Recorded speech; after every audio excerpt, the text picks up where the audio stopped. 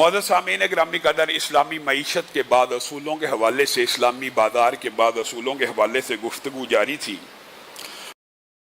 ان میں سے چند ایک کو بیان کر کے دوبارہ سیرت کے دیگر پہلوؤں کی طرف روشنی ڈالیں گے، اور سیرت جس ڈیٹیل میں ہم آپ کے سامنے رکھ رہے ہیں اس کو وہیں سے کنٹینیو کریں گے۔ نبی کریم صلی اللہ علیہ وسلم نے جو احکامات اسلامی بازار کے کہے گزشتہ دو خطبات سے، ان کو آپ کے سامنے رکھ رہا ہوں۔ ان میں سے ایک بات یہ بھی ہے کہ اگر کوئی مالک، کوئی گورنر، کوئی ریاست کسی آدمی کو اپنے کسی کام پر بھیجتی ہے اور وہ کام کرنے کے لیے جاتا ہے، ابن لطبیہ کا جو مشہور واقعہ ہے اسی حوالے سے، وہ کام کرنے کے لیے جاتا ہے، وہ کام کر کے آتا ہے جیسے رسول اللہ صلی اللہ علیہ وسلم نے ابن لطبیہ کو بھیجا تھا زکوٰۃ کا عامل بنا کر۔ وہ آئے اور رسول اللہ صلی اللہ علیہ وسلم کو کہنے لگے، یہ آپ کے لیے ہے، یعنی یہ ریاست کی زکوٰۃ ہے، یہ بیت المال کے لیے ہے، یہ بیت المال کے لیے ہے، یہ بیت المال کے لیے ہے، اور یہ مجھے تحفہ ملا ہے، اور یہ مجھے گفٹ ملا ہے، اور یہ مجھے تحفہ ملا ہے۔ نبی کریم صلی اللہ علیہ وسلم کی پیشانی کے اوپر بل پڑ گئے۔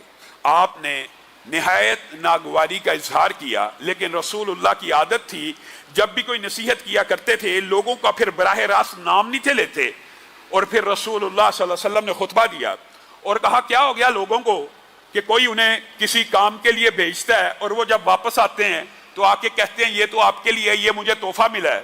مفہوم حدیث کا یہ ہے کہ وہ اپنے گھر میں بیٹھا کیوں نہیں رہا، اپنے ماں باپ کے گھر میں بیٹھا کیوں نہیں رہتا؟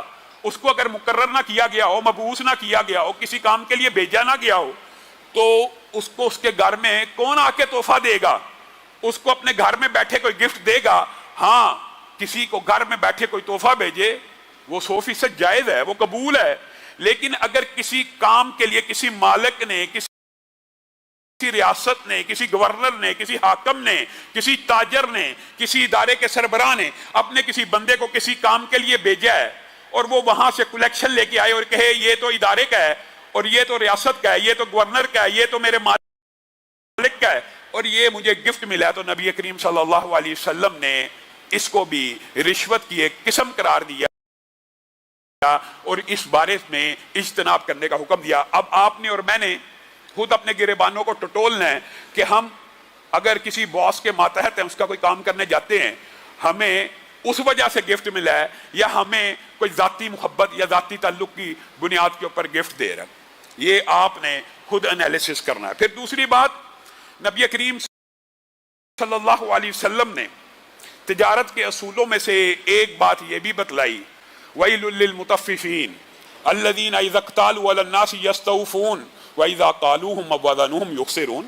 میرے بھائیو، آج اسلامی بازار کا یہ بہت رہنما اصول ہے، اور اگر صرف ہم اسی اصول کو اپنا لیں، سابقہ جو اصول بیان کیے ان کو بھی اپنانا چاہیے، لیکن اس کو اپنا لیں تو کسی حد تک اسلامی معیشت، اسلامی بازار صحیح راستے کے اوپر چلنا شروع کر دے گا۔ وہ کیا ہے کہ جب آپ کسی سے مال لیتے ہیں تب تو ناپ پورا لیتے ہیں، ایک گز سے ایک انچ بھی، ایک سوتر بھی کم نہیں ہونا چاہیے، ایک کلو سے ایک چھٹانگ بھی کم نہیں ہونا چاہیے، ایک گرام بھی کم نہیں ہونا چاہیے۔ آپ لوگوں سے لینے کے لیے جائیں تو لوگوں کو یہ تلقین کریں باٹ سے کچھ اوپر ڈالا کرو، یہ سنت ہے، ٹھیک ہے، لیکن جب آپ دینے کی باری آئے، یہ بڑے دکھ اور افسوس کی بات ہے، ہمارا پورا معاشرہ آج اس عادت بد کا شکار ہے۔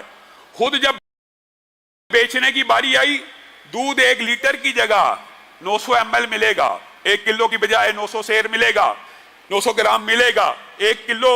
آپ پھل لینے کے لیے جائیں، کیا پھل فروش والے نے بھی کسی بھی کام میں چاول، دال، آٹا، چینی، میرے بھائیوں یہ وہی بات ہے، عام فہم سمجھانے کے لیے، دودھ کا گلاس ہو، اس میں چند قطرے پیشاب کے یا پہانے کے گر جائیں، دودھ حلال باقی رہے گا، حالانکہ دودھ تو سارے کا سارا حلال تھا۔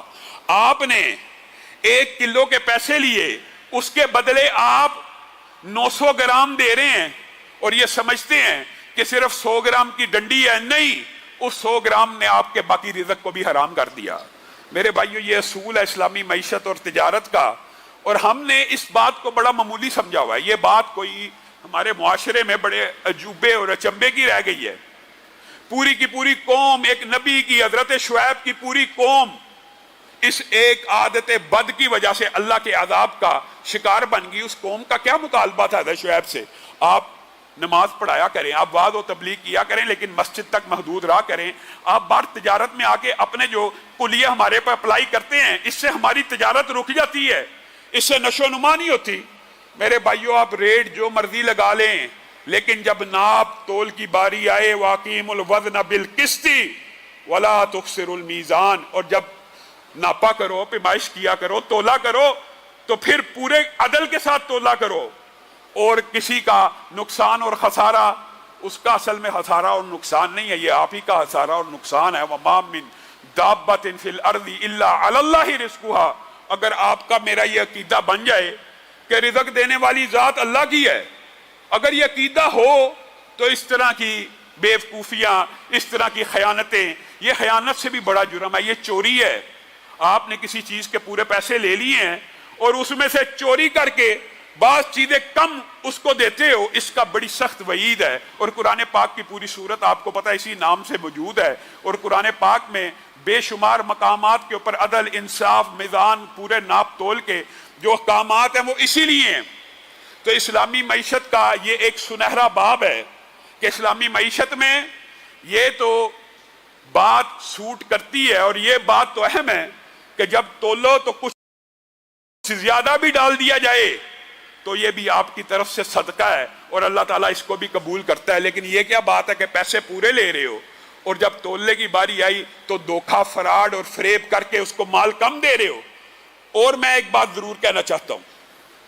ایک تو یہ بات ہوتی ہے کہ انسان کا ذاتی کاروبار ہوتا ہے، وہ یہ کام کرتا ہے، وہ بھی حرام کر رہا ہے، وہ بھی اتنی محنت مزدوری کے بعد کھڑا ہو کے دھوپ میں ایک 900 گرام حلال کا بیچ کر 100 گرام کی خیانت کی وجہ سے اپنے پورے کے پورے مال کو حرام کر رہا ہے. لیکن بعض لوگوں کے اوپر افسوس اور دکھ ہوتا ہے، ان کا ذاتی کاروبار بھی نہیں، وہ مالک کی دکان کے اوپر کھڑے ہیں اور مالک کو خوش کرنے کے لیے، مالک کا چاہے آرڈر ہو، اگر آرڈر ہو وہ تو پھر شریک جرم بھی ہے اور یہ بھی مجرم ہے. لیکن کئی ملازم ایسے تیز ہوتے ہیں کہ مالکوں کو خوش کرنے کے لیے جی 1 کلو کا یہ ریٹ ہے، مثال دے رہا ہوں، ٹکے لینے چلے جائیں یا کباب لینے چلے جائیں، مرغی لینے چلے جائیں، ملازم کو تول سے کچھ کم دے دے گا. یہ وہ گناہ ہے جن کو کہتے ہیں گناہ بے لذت، کہ جیب کے اندر بھی کچھ نہ آیا اپنی، اور گناہ کا اس نے لطف اور لذت بھی نہیں اٹھائی، یعنی پیسہ بھی نہیں کھایا. کس کو خوش کر رہا ہے؟ اپنے دنیا کے مالک کو خوش کر رہا ہے اور کہہ رہا ہے 1 کلو کی جائے میں نے جناب 800 گرام دے دیا، میں نے 900 گرام دے دیا، میں نے آپ کو فائدہ پہنچا دیا. یہ بندہ اپنی قبر میں آگ بھر رہا ہے، یہ بندہ اپنی قبر میں آگ بھر رہا ہے. میرے بھائیو یہ جو چوری ہے، یہ چھوٹی سے چھوٹی چوری، خاص طور پہ وہ جو ملازم ہوتے ہیں دکانوں کے اوپر، اداروں کے اندر، مختلف جگہوں کے اندر، یہ خیانت افسوس کی بات ہے ان میں زیادہ پائی جاتی ہے. مالک کہے نہ کہے وہ کوئی نہ کوئی ڈنڈی مارنے کی کوشش کرتے ہیں. ایک سیل مین ہوتا ہے نا کپڑے کی دکان کے اوپر، مالک نے کہا ہوگا ناپ تول پورا بھی دے، وہ مالک کو خوش کرنے کے لیے یہ جی 20 گز میں سے 1 سوٹ میں نے ایکسٹرا نکال لیا ہے. معاذ اللہ، یہ ایکسٹرا نہیں نکال لیا، یہ تو نے اپنی قبر کو بھاری کر لیا ہے. اور یہ جو چوری ہے یہ خیانت کے ساتھ ساتھ چوری بھی ہے. اور قربان جائیں ہمارے اسلاف کے ایسے ایسے واقعات ہیں، بندہ حیران رہ جاتا ہے. حضرت عبداللہ ابن عمر ایک مرتبہ ایک صحرا میں گئے، یہ بھی ملازم ہے، یہ بھی غلام ہے. اس کو جا کے کہنے لگے یہ جو تیری بکریوں کا ریوڑ ہے ان میں سے ایک بکری ہمیں دے دے اور اس کے پیسے تو رکھ لے، سستی کر کے ہمیں دے دے. مالک پوچھے گا اس کو کہہ دی کہ بیڑیا کھا گیا ہے. غلام کے چہرے کے اوپر سلوٹیں پڑ رہی ہیں. یہ عرب کا بدو غلام ہے، نہ مالک موجود ہے، نہ اس کا گارڈین، نہ سپرویژن کرنے والا، نہ مینیجر، کوئی چیز موجود نہیں، اکیلا ہے، بکریوں کا چرواہ ہے. حضرت عبداللہ ابن عمر کو کہتا ہے اگر میں ایسے کروں گا ثم عین اللہ، کیا میں یہ کام کر دوں ثم عین اللہ، پھر اللہ کہاں ہے؟ اگر تو اللہ مجھے دیکھ رہا ہے اور اگر اللہ موجود ہے، اگر اللہ رب العزت کی نظر کائنات کے ہر ذرے کے اوپر ہے، ہر پتے کے اوپر ہے، اور قرآن پاک میں لکھا ہے ایک پتا بھی جو نہیں گرتا، اللہ کو معلوم ہے کس وقت گرنا، کس جگہ پہ گرنا، کس درخت کا گرنا ہے، لاکھوں کروڑوں پتوں میں سے ایک پتے کا بھی اللہ کو پتا ہے۔ وہ غلام عبداللہ ابن عمر کو کہہ رہا ہے ثم عین اللہ، اگر یہ بکری میں تجھے دے دوں گا اور مالک کو یہ کہہ دوں گا کہ اس کو بیڑیا کھا گیا، پھر اللہ کہاں ہے؟ عبداللہ ابن عمر کی آنکھوں میں آنسو آنے لگے کہ عرب کا بدو ہے، غریب ہے، مفلوق الحال ہے، تھکا ہارا ہے، ایک بکری کی خیانت نہیں کر رہا، بکری کی چوری نہیں کر رہا۔ ہمارے یہاں پہ مالک کو خوش کرنے کے لیے جتنا مرضی غبن کر دیا جائے اور پھر مالک کو خوشخبری دی جاتی ہے، اتنے کا میں نے ٹک لگا دی ہے، اتنے کی چھری پھیر دی ہے، اتنے کی گردن کاٹ دی ہے، اور اس سے شاباش لی جاتی ہے۔ یہاں پہ یہ شاباش لینے والا غلام رب کا اتنا تابع ہے، کہہ رہا ثم عین اللہ، پھر اللہ کا ہے مجھے بتائیے۔ عبداللہ ابن عمر آنکھوں میں پانی لیے گھر کی طرف جاتے ہیں، پیسوں کو اکٹھا کرتے ہیں، اس کے مالک سے ملتے ہیں، تیرا ایک غلام ہے بکریاں چراتا ہے، جی ہاں، بڑا ایماندار ہے، جی ہاں، میں چاہتا ہوں کہ وہ تیری غلامی سے نکل کے اللہ کی غلامی میں چلا جائے۔ اچھا کتنے پیسے دے گا؟ اس نے بھی سمجھ لیا پیسہ کمانے کا وقت آ گیا۔ عبداللہ ابن عمر نے مہنگے داموں منہ مانگی قیمت کے اوپر خریدا اور اس غلام کے پاس پیش ہوئے اور کہنے لگے تیرے اس جملے نے ثم عین اللہ، پھر اللہ کہاں ہے؟ تجھے اس بندے کی غلامی سے آزاد کر لیا، جا عبداللہ ابن عمر، تجھے تیرے اس جملے کی وجہ سے اللہ کے ہاں ثواب پانے کی نیت سے آزاد کرتے ہیں۔ اب میں دیکھنا چاہتا ہوں کہ تو اللہ کی بندگی کیسے کرتا ہے۔ اس طرح کے ہمارے اسلاف کے اندر واقعات موجود ہیں، اور افسوس اور دکھ کی بات ہے، پیسہ لے لو، کتابت کوئی نہیں، کتابت ہو پھر بھی معاہدے سے مکرا جاتا ہے، لکھوت پڑھت ہو جائے پھر بھی عہد کو پورا نہیں کیا جاتا ہے۔ ایک ہوتا ہے مجبوری میں، مجبوری کے اندر جو تعاون کرتا ہے اللہ بھی اس سے تعاون کرتا ہے۔ تعاون کرنا چاہیے، کسی کے پاس پیسہ بر وقت نہ ہو، جو وعدہ کیا ہے اس وقت اس کے پاس پیسہ نہیں، آپ تعاون کریں۔ لیکن یہ کیا کہ اپنا سارا کاروباری سسٹم صحیح چل رہا ہے، خود بندہ گاڑی بھی خرید رہا ہے، خود بندہ گھر بھی خرید رہا ہے، خود بندہ پلاٹ بھی خرید رہا ہے، خود سکول کے بچوں کی فیسیں ہر قسم کی لگژریز ہو رہی ہیں، لیکن ایک غریب آدمی ہے جس کا کچھ پیسہ دینا ہے، کچھ مال دینا ہے، وہ ہر روز دروازے کے اوپر آ کے کھڑا ہو جاتا ہے، دروازہ کھٹکاتا ہے، اس کو کہتا ہے یار ابھی میرے پاس پیسے نہیں، بڑے حالات خراب ہیں۔ بڑے افسوس کی بات ہے، یہ دکھ ہے، یہ رویے ہمارے مسلمانوں کے، یہ اسلامی معیشت کے رویے نہیں ہے۔ ہاں قرض دینا، ادھار دینا، یہ اسلامی معیشت کا رویہ ہے، قرض دینے والے کے اوپر بھی اور قرض جو لیتا ہے اس کے اوپر بھی نبی کریم نے کہا اس نیت سے لینے والا واپس کرنے کے ارادے سے اس کے اوپر اللہ کی رحمت ہوتی ہے۔ ٹھیک ہے یہ باتیں، لیکن آپ نے اس بات کے اوپر غور کرنا کہ ہمارا طرز عمل کیا تجارت میں یہی ہے؟ ہماری خواہش تو یہ ہوتی ہے کہ آج بھی جو پیسے لینے آیا ہے اللہ کرے بھول جائے، اللہ کرے اگلے ہفتے آ جائے۔ جس چیز کا تو نے وعدہ کیا ہے اگر تو اس وعدے کو نبھانے کی کوشش کرے گا، اللہ تیری جیب میں اتنے پیسے ڈال کے تیرے گھر سے نکالے گا کہ تو نے فلاں مسلمان بھائی کا قرض ادا کرنا ہے، اور اللہ تعالیٰ کسی نہ کسی ذریعے سے وہ اسباب پیدا کرے گا، کیونکہ اللہ کی مدد ہوتی ہے جو قرضے کو واپس کرنے کی نیت رکھتا ہے، یہ اللہ کی مدد ہے۔ اسی طرح کا ایک مشہور واقعہ ہمارے اسلاف میں ہمارے رسول اللہ، اور یہ کوئی قصہ کہانی نہیں ہے، ایک ہوتا ہے کہ لوگوں نے قصے بنائے ہوتے ہیں، کہانی بنائی ہوتی ہے، ٹھیک ہے، عبرت آموز حقائق بنا لینے میں بھی بعض علماء نے فتویٰ موجود ہے، ٹھیک ہے حقائق بیان کرنے سے کسی کی اصلاح ہوتی ہے، کر دینی چاہیے، لیکن یہ بات کون بیان کر رہا ہے؟ نبی کریم صلی اللہ علیہ وسلم۔ تو نبی کریم کی بات کوئی قصہ کہانی نہیں ہے، حقیقی واقعہ ہے۔ نبی کریم نے کہا ایک وقت ایسا تھا ایک بندے کو قرض کی ضرورت پڑی، دوسرے بندے کے پاس گیا، کچھ 1000 دینار کا معاملہ طے پایا، مثال دے رہا ہوں 1000 دینار 2000 دینار، کچھ دینار کا معاملہ طے پا گیا، دوسرے بندے نے کہا کہ اس کے اوپر گواہ لے کے آتے ہیں، اس معاہدے کے اوپر کب واپس کرے گا، اس تاریخ کو اتنے بجے میں تجھے یہ تیرا 1000 دینار مثال دے کے آپ کو کہہ رہا ہوں واپس کر دوں گا، اس کے اوپر گواہ لے کے آتے ہیں۔ اسلامی شریعت کا اصول ہے جب بھی آپ کسی کو قرض دیں آپ کو اس کا گواہ بنانا چاہیے، اس کے اندر بھی حکمتیں ہیں، اس کو لکھنا چاہیے، اس کے اندر بھی حکمتیں ہیں، لکھی ہوئی بات بندہ بھولتا نہیں ہے، گواہی والی بات بندہ بھولتا نہیں ہے، اور پھر گواہ بنا دینے سے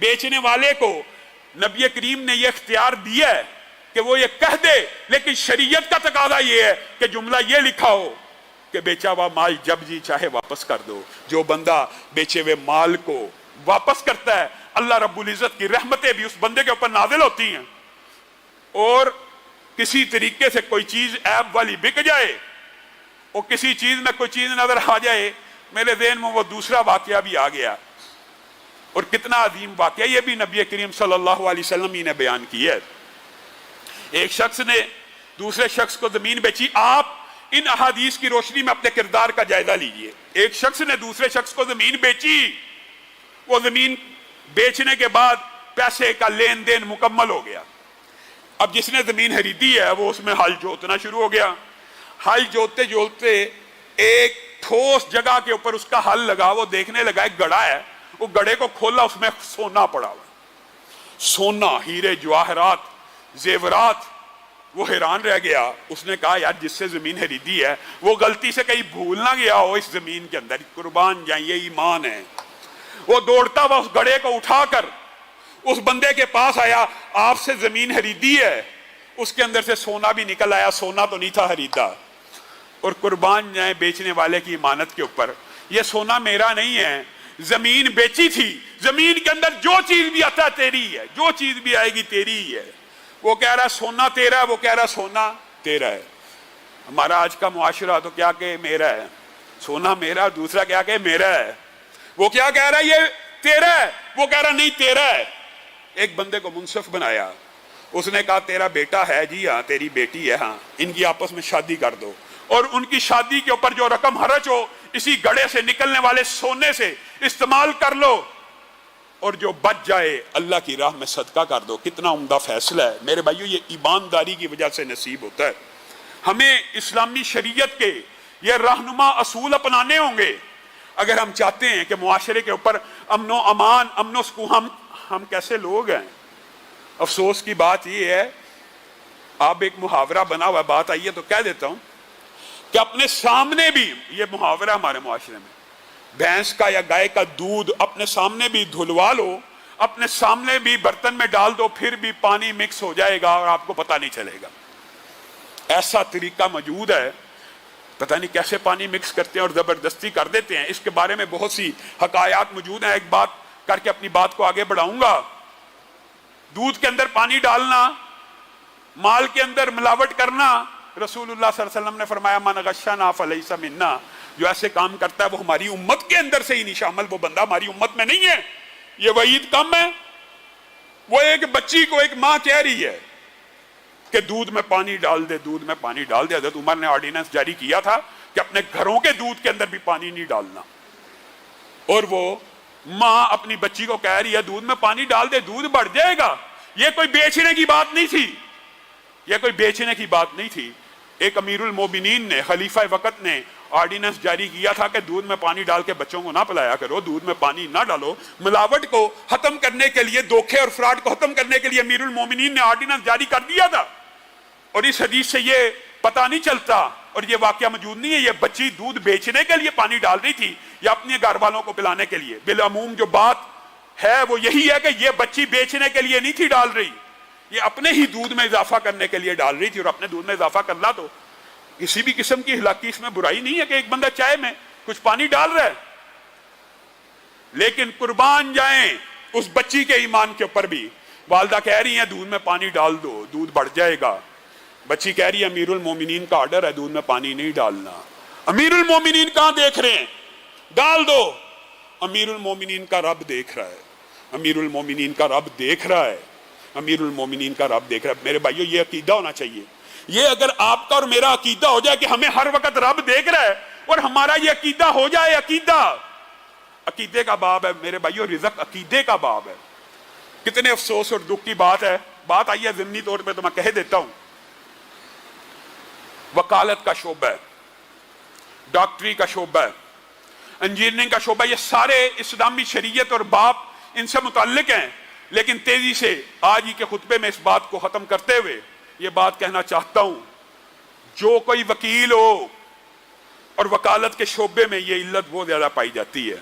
نبی کریم صلی اللہ علیہ وسلم نے فرمایا تھا نا، جو چرب زبان ہوگا اور اپنی زبان کی تیزی کی وجہ سے کسی کا حق کھا لے گا، کل قیامت کے دن رسول اللہ کی پچھلے جمعے بھی آپ کو حدیث بتائی تھی، ایسی حالت میں نہ آئے کہ چوری شدہ مال اس کی گردن کے اوپر ہو، چوری شدہ چادر اس کی گردن کے اوپر ہو.